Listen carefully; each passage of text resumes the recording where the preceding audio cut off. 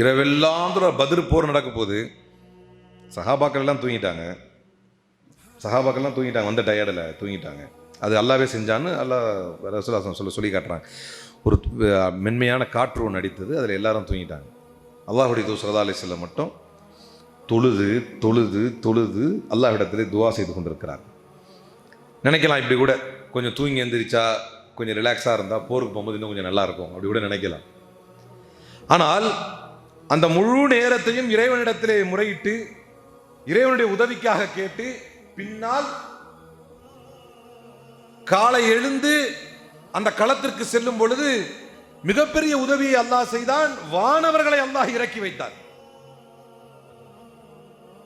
மிகப்பெரிய உதவி. களமே மாறி போனது. எல்லா காலகட்டத்திலும் தொழுகையை முதன்மைப்படுத்தியது இஸ்லாம். தொழுகையில் தான் ஒரு மூமினுக்கு வெற்றி இருக்கிறது.